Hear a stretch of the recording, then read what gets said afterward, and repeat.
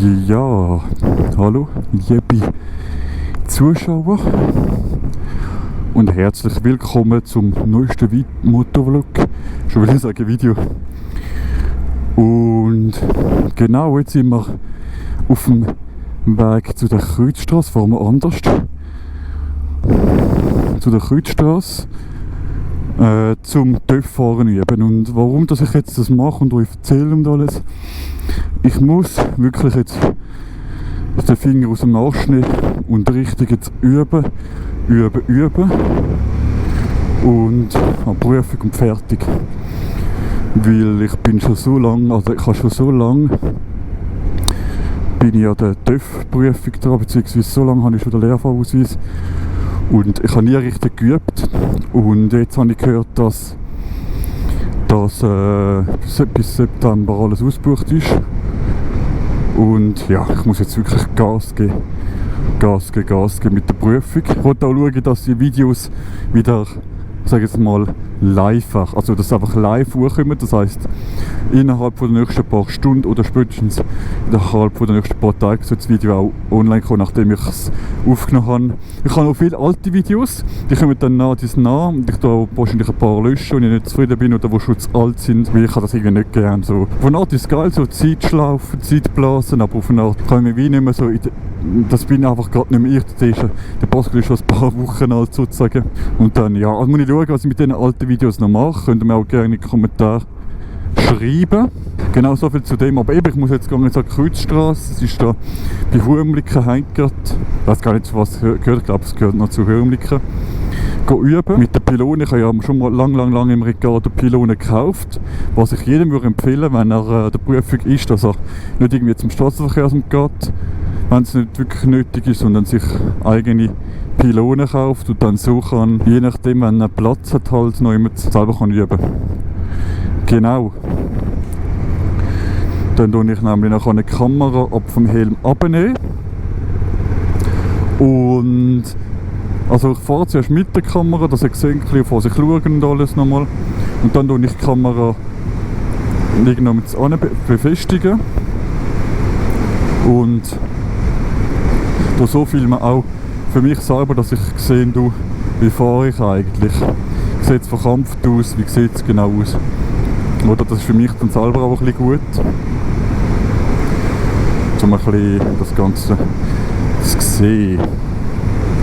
Und für mich gibt es jetzt diese Woche am Abend, nach dem Feierabendkreis, die ersten 2 Stunden oder 1 bis 2 Stunden nach dem Feierabendkreis anderes Thema und kein anderes Hobby als TÜV-Fahren. Weil nächste Woche ist mein Vorlehrer in der Ferien und übernächste Woche würde ich eine Fahrstunde nehmen. Mal schauen, vielleicht nehme ich jetzt auch zuerst beim anderen Vorlehrer, dass ich nicht so lange warten muss. Weil ich will wirklich Gas geben. Aber ich habe jetzt gesagt, ich kann jetzt gut noch eine Woche richtig üben. Und dann, ja. Wie ich habe schon von vielen gehört, ja, die Prüfung ist nicht so einfach und so ein bisschen Angstmacherei. Aber ich muss dazu sagen, ich kann es überhaupt nicht einschätzen. Ich weiss, dass ich mich ziemlich fürs TÜV-Fahren interessiere und ziemlich viel weiss darüber. Und ziemlich, ja, eben wie gesagt, aber ich kann es überhaupt nicht einschätzen, dass alles etwas nützt. Was ich mir schon auf YouTube angeschaut habe von Fahrlehrer-Tipps und vom Blackout. Ja. Also ich kann mal sagen, jetzt gibt es einen Cut. Ah nein, ich habe noch mal etwas kurz, bevor es einen Cut gibt. Nach dem Cut sind wir dann in Hurmliken, in der Kreuzstrasse. Genau.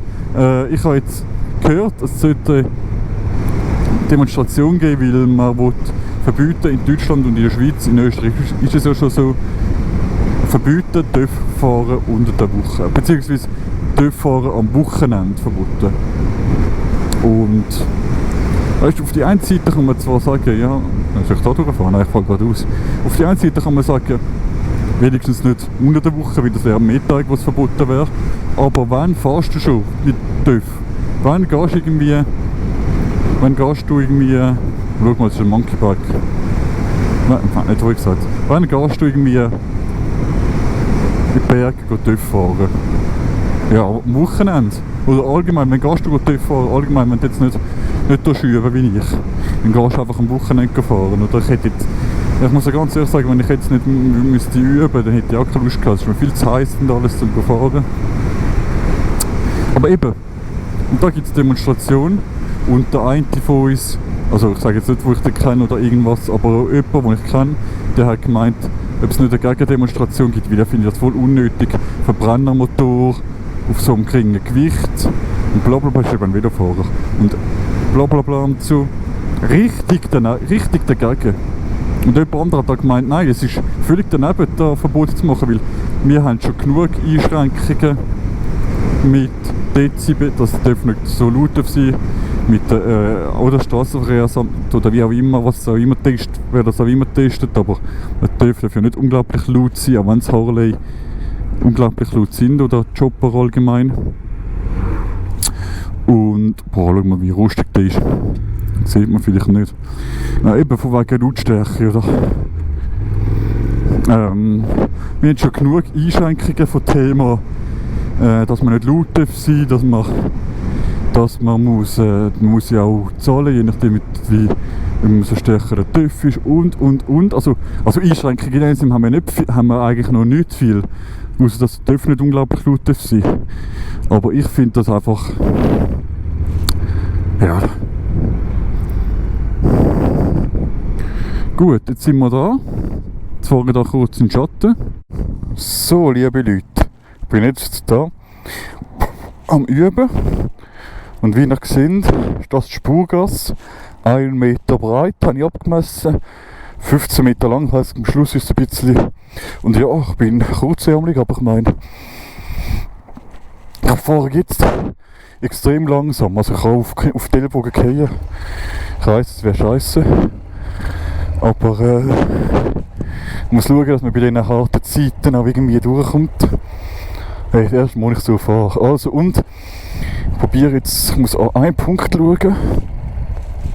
Und ich tue dann einen Timer rein oder schauen, ob ich das geschafft habe. Mit den 15 Sekunden. Ich bin viel zu schnell. Ich bin viel zu schnell. Ich bin auf jeden Fall zu schnell. Ich bin auf jeden Fall zu schnell.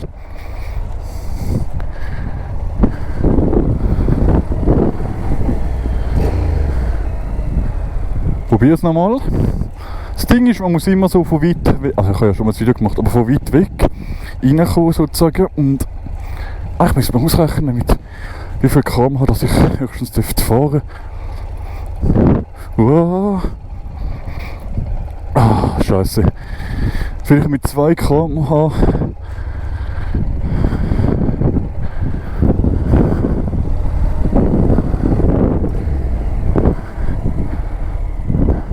Aber es ist geil, dass es da ein bisschen im Schatten ist. Das ist nicht ganz so schlimm. Und ich habe keine Jacke noch. Ich habe zwar ganz ehrlich, ich habe mir auch überlegt, Hosen zu wechseln, dann extra für da, dass ich mir kurze Hosen mitnehme. Aber wenn ich umgehe auf die Knie, dann ist das natürlich schon geil. Und das ist jetzt auch nicht, also mit oben nichts ist jetzt wirklich erträglich. Also probiere es jetzt nochmal, weil ich glaube, es ist fast zu cool, wie ich das gemacht habe. Fast zu cool.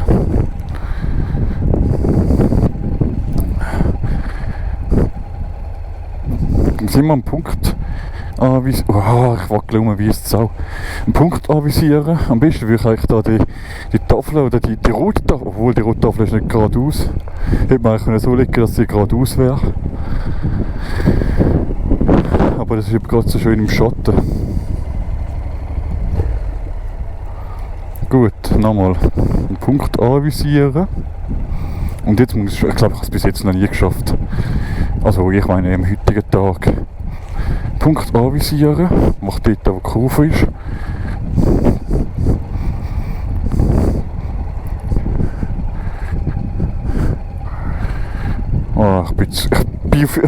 Also ich könnte es eigentlich mal zählen. Wie viel ist eine Sekunde? 1, 2, 3. Also schnell wird es wahrscheinlich nicht sein. Also probieren wir es mal. Schön ausholen, schön in die Sonne fahren. Und go!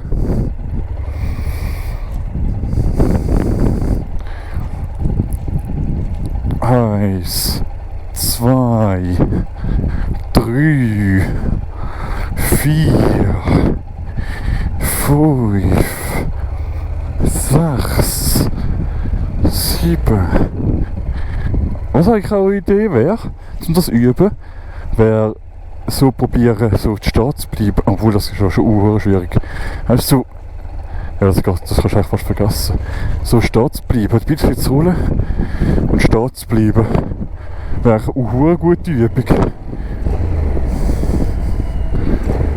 Aber mit dem TÜV, also ich habe mal einen gesehen auf Instagram oder wo, oder auf YouTube, wo versucht hat mit dem Velo nein, das war in Zürich, wo probiert hat mit dem Velo stehen zu bleiben. Und hat es wirklich geschafft, ein paar Sekunden lang, und man hat nicht gesehen, wann er abgestanden ist. Oder? Ja, nicht verschieben. Ja, aber nein, das ist schlecht, Pascal, das ist sehr schlecht. Jetzt, ich denke gerade kurz etwas. Und dann probieren wir das nochmal, das kann ja nicht wahr sein. Schnell gegangen, wenn ich dann stellt er nicht gerade ab. Oder? Ja, das ist nicht. Das ist der Ding aufgestanden, ja. Nein, das ist nicht gut. Das ist nicht gut. Also ich probiere es jetzt. Alles geben. Schnell.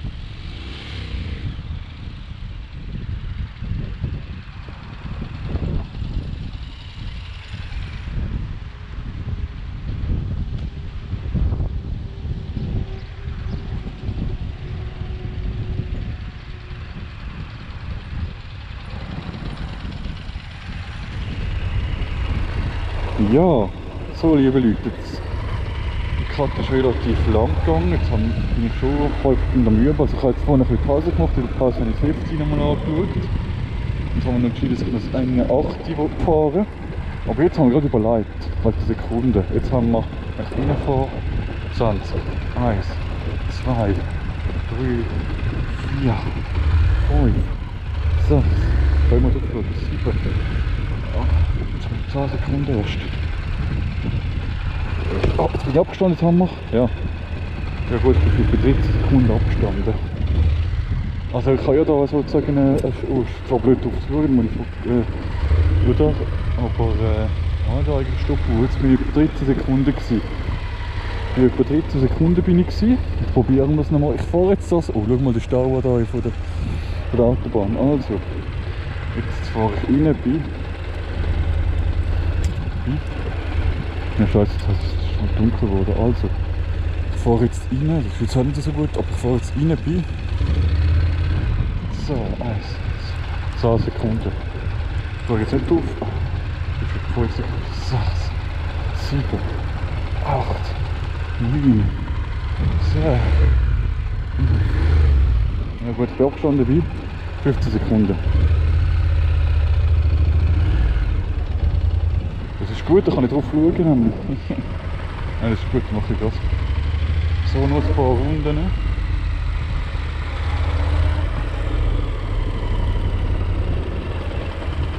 Also.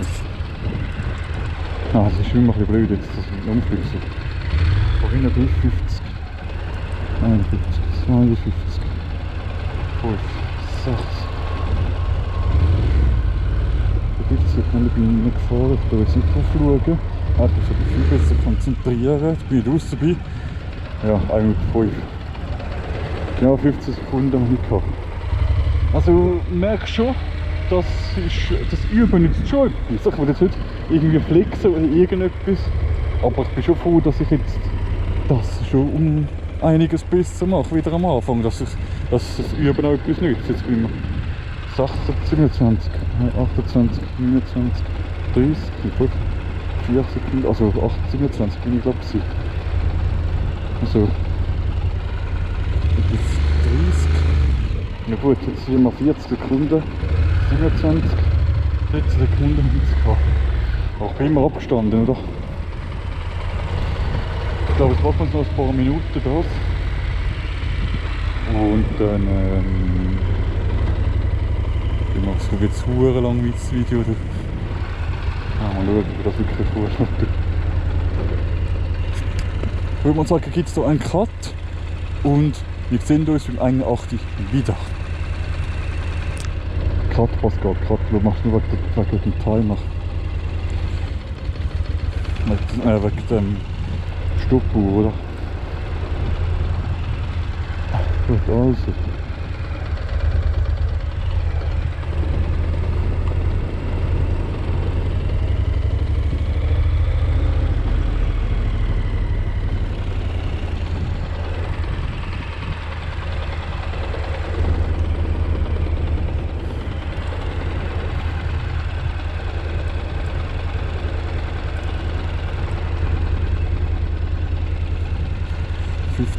Obwohl bis früher, ich sage bis 60, nein, bis 65, also bis 5 Sekunden müsste ich rauskommen. Ja. Ja gut, aber nein, es ist wirklich nicht schlecht, also ich müsste mich viel besser auf Scheiße, ich muss umfahren, oder? Ich muss mich viel besser auf das Ziel konzentrieren, dann wäre es gar nicht so schlecht, ganz ehrlich. Ich tue jetzt einfach noch üben, ohne auf die Uhr zu schauen, muss ich sagen.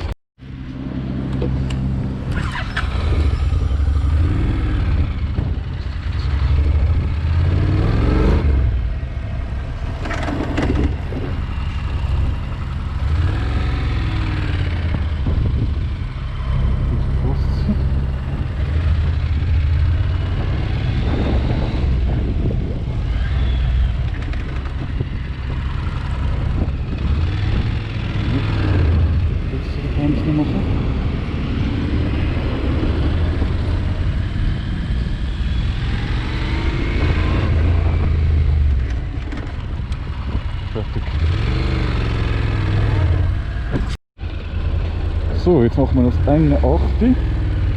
Und wie ich gemerkt habe, ist das gar nicht so easy. Ich habe mich jetzt dafür, ich habe mich jetzt dafür entschieden, weil man sollte aufhören, wenn es am schönsten ist. Dann hat man wieder Bock, um das wieder zu machen. Dann hat man richtig Bock dafür, oder?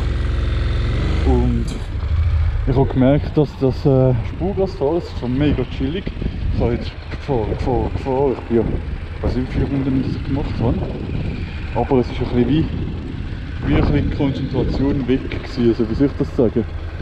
Wie mir das nur noch so ein Automatismus da war. Und ja, darum wollte ich das ein bisschen chillen.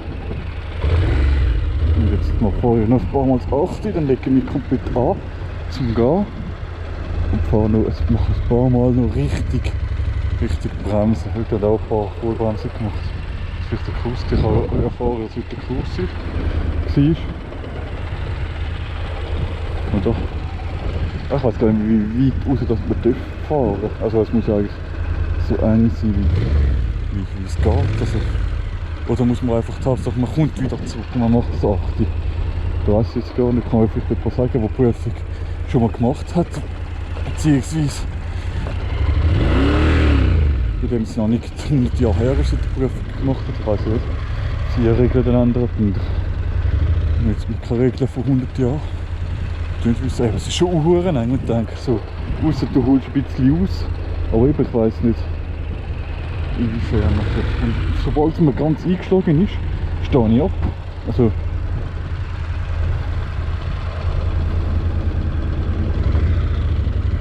so, nein, ich tue mich dann anlegen, komplett alles zum Gehen. Und mache dann noch 2, 3 Vollbremsungen richtig mit Eisen stehen, wirklich richtig mit Eisen stehen. Und dann gehe ich. Aber es ist geil, weißt du, es hat einen Platz, einen grossen Platz, du hast das nötige Material, Du hast den TÜV. Warum nicht mehr üben? Also ganz ehrlich, so macht es richtig Fun. Es windet, es ist nicht zu heiß, ich kann es trinken dabei, ich habe einen Schatten, ich habe alles in den Schatten gelegt. Es macht richtig Fun, also Entschuldigung, wirklich. Das ist richtig Fun.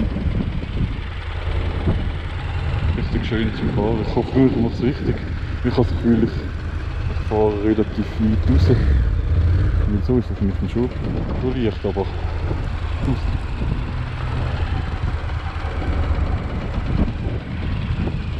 Und sobald ich es komplett einschlage, bin ich, also sobald ich das Rad komplett einschlage, kann ich nicht mehr fahren. So kann ich nicht mehr fahren, wenn es komplett aber ich weiß nicht, wer das kann.